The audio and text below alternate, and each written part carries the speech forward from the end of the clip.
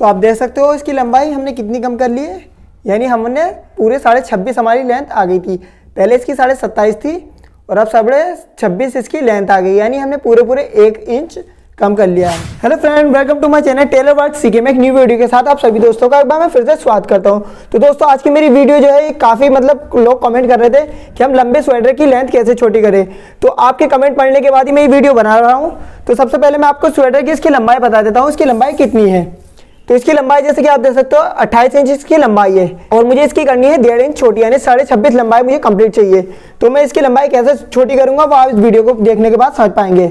अगर वीडियो पसंद आए तो इसे लाइक करें। तो सबसे पहले हम क्या करेंगे, साइडों से इसकी करीब 3 इंच से लेके 4 इंच आप सिलाई खोल लीजिए इतनी, और इतनी खोलने के बाद इस स्वेटर को हम कर लेते हैं उल्टा।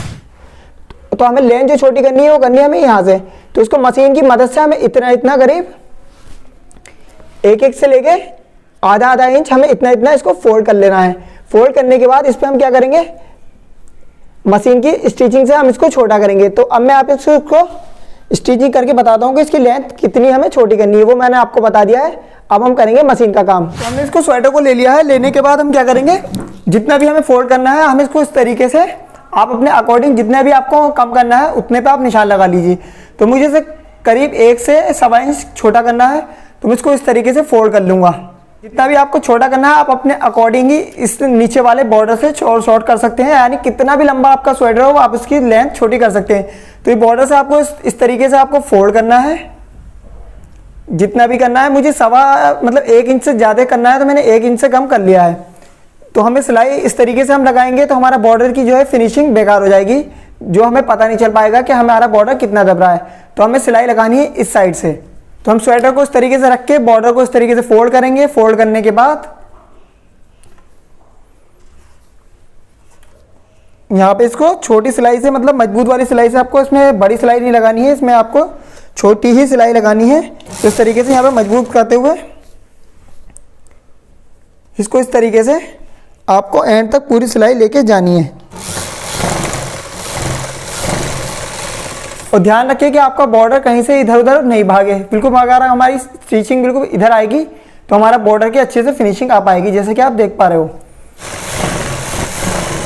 उसको थोड़ा खींचते हुए सिलाई लगाएं ताकि हमारा ये छोटा बड़ा नहीं हो जाए। तो दूसरी साइड भी हम इस तरीके से सिलाई लगा लेंगे जैसे कि हमने इस साइड लगाई थी, फ्रंट में जैसे लगाई थी वैसे भी हम बैक में सिलाई लगा लेते हैं।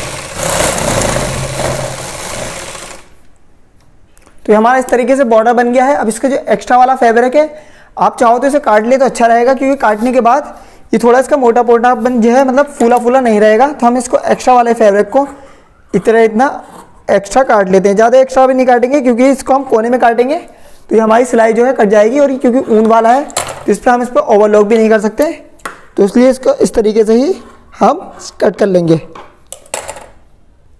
तो हमने इसमें जो एक्स्ट्रा फैब्रिक था वो कट कर लिया है। कट करने के बाद हम क्या करेंगे, इसके बॉर्डर के जो ऊपर है हम कोने कोने पे सिलाई लगा लेते हैं, जिससे कि इसमें हमारी जो कपड़ा है इधर उधर नहीं भागे। तो इससे और ज़्यादा हमारी फिनिशिंग आएगी। बिल्कुल हमें कोने पे सिलाई लगानी है, इधर उधर नहीं करना है।